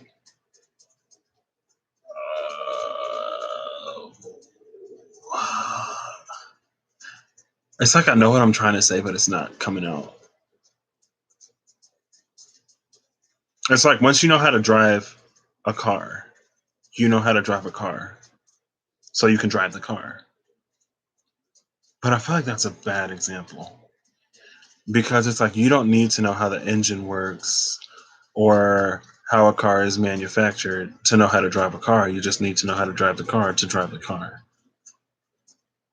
And so it's something a little more technical than like car driving, but it's like once you know how the system works, it's like an organizational flow chart, right? And it's like once you have the organizational flow chart in front of you, whenever you are faced with a situation and you know which branch that sort of like situation falls under, and you have the organizational flow chart in front of you, you know exactly who to contact to get in contact with people higher up. It's like once you know the chain of command, you know who to get a message to effectively escalate something to the top, like I said. And with the hermit and the erudite here, it's just that like there's once you come into a certain soul truth,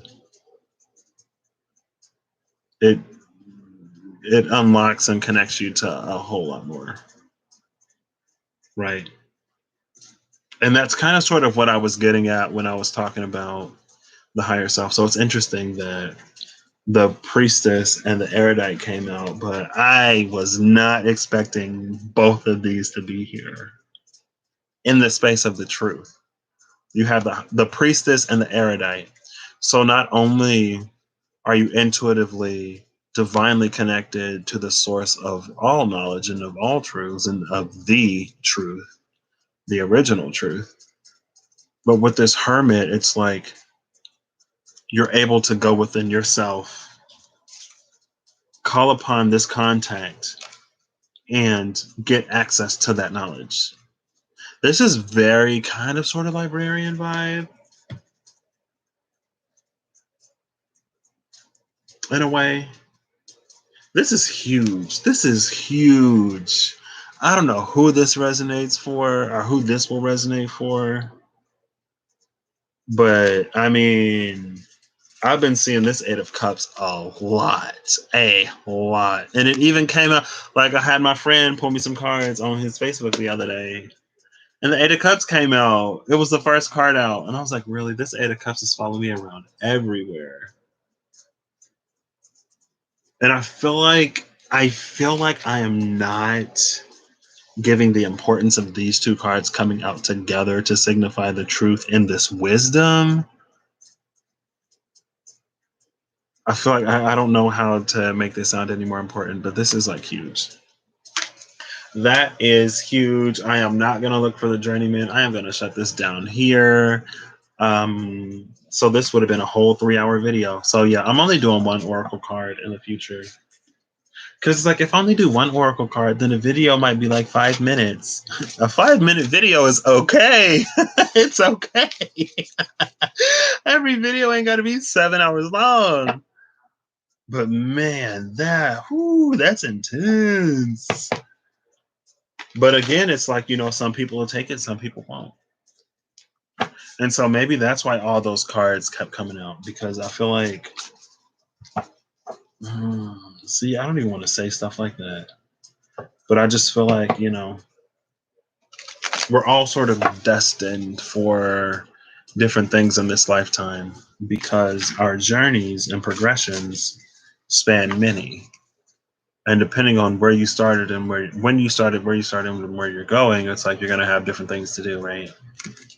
What is this? The Ebony Shield? Ooh, the Ebony Shield. Bottom of the deck. What is the Ebony Shield protecting? Is it the Scarlet Shield? No, it's the Golden Shield. Why do I always confuse the two? The Ebony Shield is protecting this Scarlet Shield, and I'm going to pull 2 cards. So they're both protecting Oh my gosh. Another shield, really? There's the Scarlet Shield. We got 3 queens. Ooh, 3 queens and the 5 of Wands. Oh my gosh. Are they fighting? This gives me very no problem, Yoshi. Thanks for stopping by. This gives me very Trojan War vibes. Because Eris was not invited to the party. And so she threw a golden apple into the party to the fairest goddess. And then you have these goddesses arguing and fighting over which one is the fairest. Maybe not that. Maybe you're just like extremely protected right now. You're protected everywhere except for in the element of water. Because the Queen of Orbs, the Queen of Swords, and the Queen of Scepters are all here. The Queen of Cups is not here. And then we have this contender, 5 of Wands. I can't believe it was 3 queens. Like, what? And then here's this Erudite again. But now the Erudite is with this Archangel Commander and with this Emperor. So it's definitely time to take charge. Also, at the same time, it's almost like this energy of them with the Archangel Commander going into the Emperor. It's like it's time for you to give some kind of directive or time for you to give some kind of order. Because it's almost like they're just idling and they're getting like a little restless, maybe. Potentially, maybe not. But it's like you're protected in so many ways, but when it comes to your spiritual connection, like that's the one that you have to pursue yourself. So I'm gonna put these away. I'm actually gonna do these bit by bit. That's gonna be the message they sort of leave this out with. Because y'all know, I guess I can't just shut down the video and put these cards away myself. Oh my gosh. What does that mean? Ooh, I feel like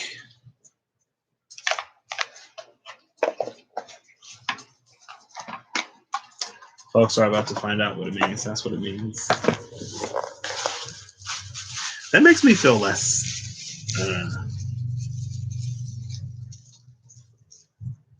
not less bad, but it gives me a sense of comfort, I guess.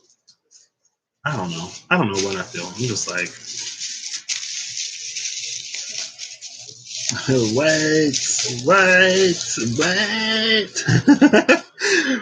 Ooh, man. I mean, when it said the truth, it's the truth, the whole truth, and nothing but the truth. That's what the Ace of Swords and Justice are bringing. They are bringing the T, the capital T. Not that lowercase t, not that TEAT, certainly not that TEET, because ain't nobody playing no golf or putt putt over here. Hello. Like, we ain't playing no games. No sugar, black, or green, or chamomile, or jasmine, or like you can get whatever flavor you want, honestly, but it's not sweetened. But some truths are sweet, so that's why we don't offer sweetener. You know, just go for a fruity one and then, you know, naturally sweetened. No artificial sugars over here. Let me stop. Okay. Ooh, man, that was okay. All right. I don't know. Ooh. I mean, I don't want to say I don't know what that's about, but that is intense. That's intense. Next, I'm going to put away. These go up here. I'm going to put these. I'm just going to go in order. There's this like pressure that I'm feeling in between my ears now. It's funny. I felt a pressure like this when I was getting my chakras balanced. And it was like in my third eye area. Like I felt like my head was going to explode. I'm like, oh my gosh, I've never felt this much pressure in my head before. And dude is like trying to clear it. And I was like, just breathe into it and release, because if you struggle at all, your head might pop off. And it's almost like that. Okay, I'm gonna use one more shuffle. And I'm going to randomly pull a card from the middle of the deck. And we're going to end off on the message. Or is there anything that wants to jump out? I'll give you 5. See if someone wants to jump out. 4, 3, 2. Okay. Oh, really? And then one more. 3 of Swords. Upright. 5 of Swords at the bottom of the deck.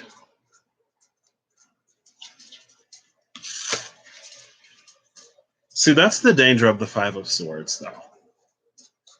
That is the risk that you run when you have a by any means mentality.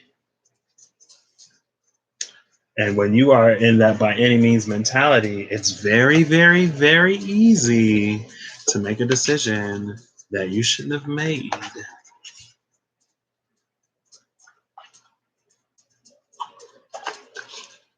It's like there's a wrong way and a right way to reach it.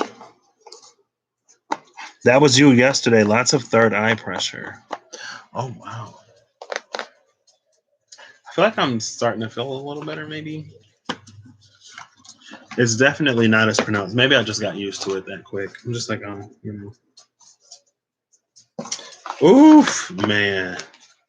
I'm waiting for my best friend to like hit me up. Because it is. I'm excited and I'm nervous. I'm extremely nervous. I'm less nervous today because she wasn't like, hey, this is happening. But as soon as she's like, hey, this is happening, I'm just like, okay, this is where my story actually begins. This is where I start. Everything up until now was the behind the scenes, the prequel, the story before the story, the stuff that matters, but matters less because everything that happens after this moment is just so significant.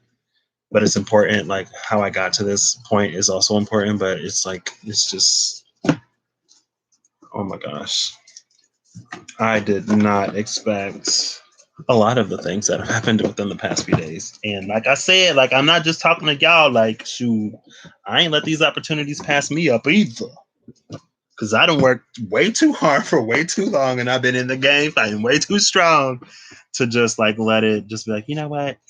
No, I'm gonna pass. I'm gonna pass now because that's scary and it's outside of my comfort zone. So I'm not gonna take you up on it. Like, no, we ain't playing that no more. Definitely not playing that no more. So I'm just gonna have to get with the program and get over it because it's happening and I'm not gonna fight it. So I'm just it's just like a lot to change and a lot to happen. So there's a first time for everything. Oh, hold up. I was about to mess these up. Yeah, see, that wouldn't be the first time I did that. All right, I'm shuffling up the Pride Tarot now. I love this deck so much. I love all my decks. Let me stop. I was going to say, so the Page of Wands and the Page of Swords are at the cut. Okay, pages, come through. Bring the messages in.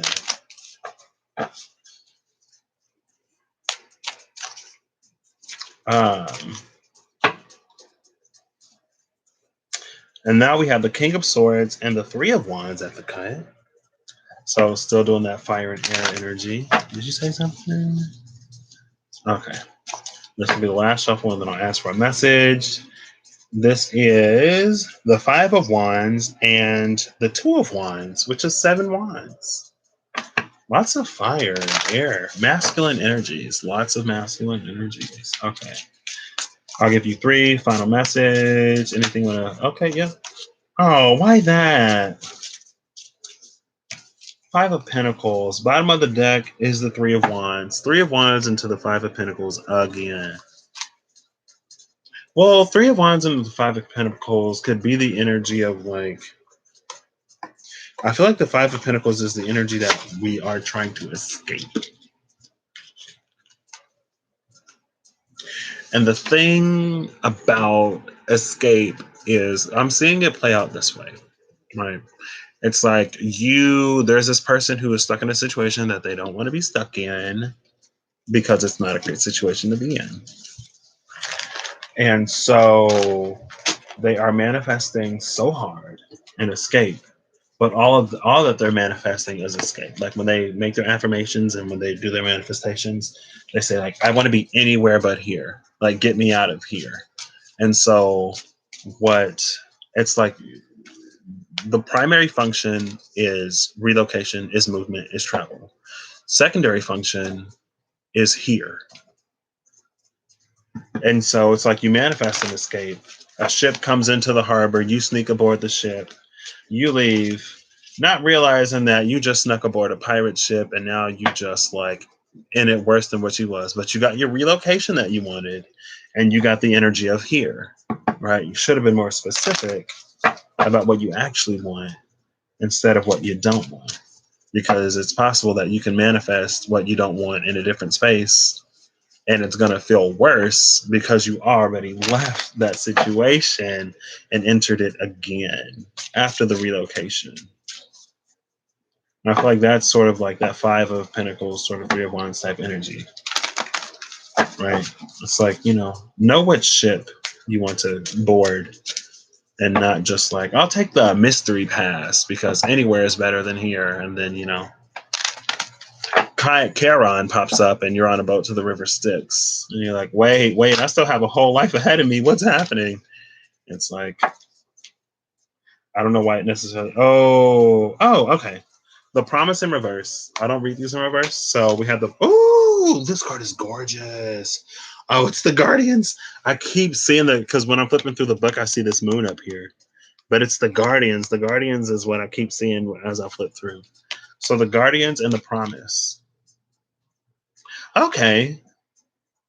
The Guardians are those three queens in the SKT, and the Promise is that Five of Wands, sort of what they're guarding and fighting for. The Promise is soulmates, attraction, and partnership, number 38. Guardians is number 37, shielding, defense, and warning. But what came out at the top is exploration in reverse, but I'm turning it up right because I don't read reversals here. And exploration came out yesterday. It is number 15, boldness, unknown, and limitless. You are going to be protected as you calmly strive through the boldness, as you calmly strive through the boundless expanse of the great unknown in a way that opens yourself up to true spiritual unity and the trust that you cultivate with your team, your crew, your guide, your creator, to those that you worship or not and adore. Very Jesus vibes. Like church vibes, right? I worship and adore you. That's like church vibes to me. All right, I'm going to shut this down now here. Of course, I had to push this as close to 2 hours as I could, apparently. Actually, I'm going to get a few more cards from the Witch's Tarot because I love these cards. And I don't know, I just feel it. Cutting to the Ace of Wands and the Four of Swords. I do have reversals in this deck now, so what was that? 1. Page of Wands.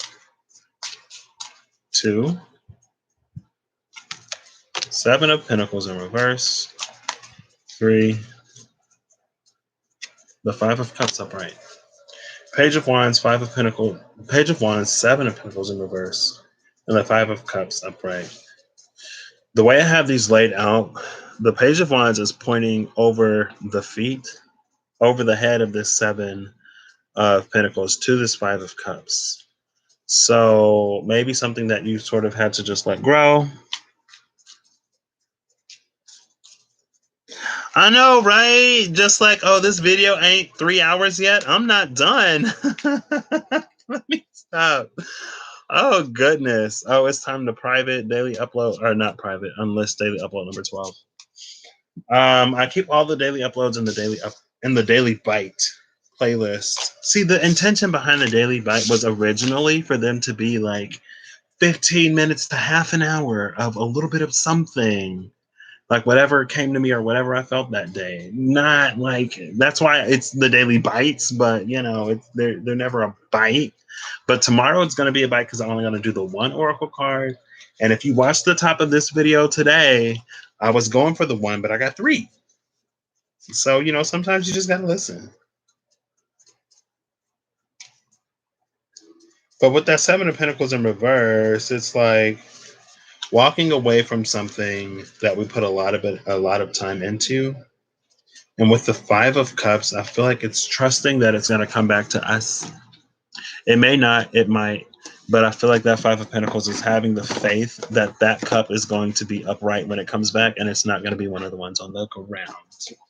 Even with that Page of Wands, it's like, I feel like with the Page of Wands, it's like you're really, really attached to a certain outcome, but it's almost like there are other things that you can be doing at the same time. Okay, I'm going to shut this down now. Thank you, Miyoshi, again for coming by. For anyone who views this video, best of luck.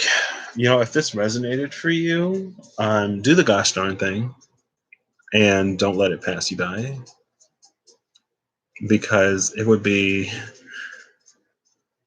just heart-wrenching if you passed up on things that are so beautiful. And for you, and like yours. Like, I guess honestly, at the end of the day though, like if something is yours and you don't want it, you have every right to not claim it. So let me not be too upset, because if it's yours and you don't want it, throw it away if you want to throw it away. It's yours. It's not mine. Why am I upset? All right, no problem. You're welcome, and thank you. And I'm gonna catch y'all later. Like I said, if it resonates, do what you know you need to do. That's all I got to say. That's all I got to say. Do what you need to do.